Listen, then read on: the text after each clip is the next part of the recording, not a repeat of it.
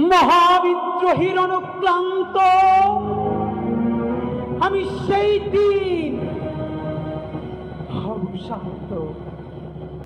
জুলাই গণ অভ্যুত্থানের অন্যতম নেতা, ইনকিলাব মঞ্চের মুখপাত্র এবং ঢাকা ৮ আসনের সম্ভাব্য স্বতন্ত্র প্রার্থী শরীফ ওসমান হাদিকে আগামীকাল দুপুরে একটি এয়ার অ্যাম্বুলেন্সে করে সিঙ্গাপুর নেওয়া হবে।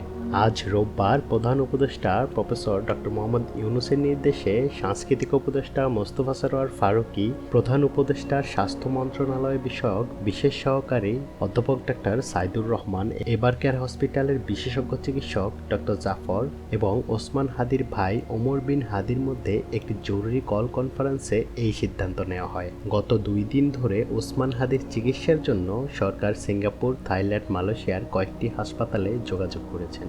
আজ এবার কেয়ার হাসপাতালের বিশেষজ্ঞ চিকিৎসক দলের পরামর্শে ও পরিবারের সদস্যদের সঙ্গে আলোচনার পর প্রধান উপদেষ্টাকে অবহিত করা হয়। প্রধান উপদেষ্টার স্বাস্থ্য মন্ত্রণালয় বিষয়ক বিশেষ সহকারী অধ্যাপক ডাক্তার মোহাম্মদ সাইদুর রহমান প্রধান উপদেষ্টাকে জানান, বর্তমানে হাদির শারীরিক অবস্থা স্থিতিশীল ও অপরিবর্তিত রয়েছে। আগামীকাল দুপুরে ওসমান হাদিকে উন্নত চিকিৎসার জন্য সিঙ্গাপুর পাঠানো হবে। এই লক্ষ্যে প্রয়োজনীয় মেডিকেল এয়ার অ্যাম্বুলেন্স, চিকিৎসক দল এবং ভ্রমণ সংক্রান্ত সকল প্রস্তুতি ইতিমধ্যেই সম্পূর্ণ হয়েছে। সিঙ্গাপুর জেনারেল হাসপাতালের অ্যাক্সিডেন্ট ইমার্জেন্সি বিভাগে তার চিকিৎসার সব ধরনের ব্যবস্থা নেওয়া হয়েছে।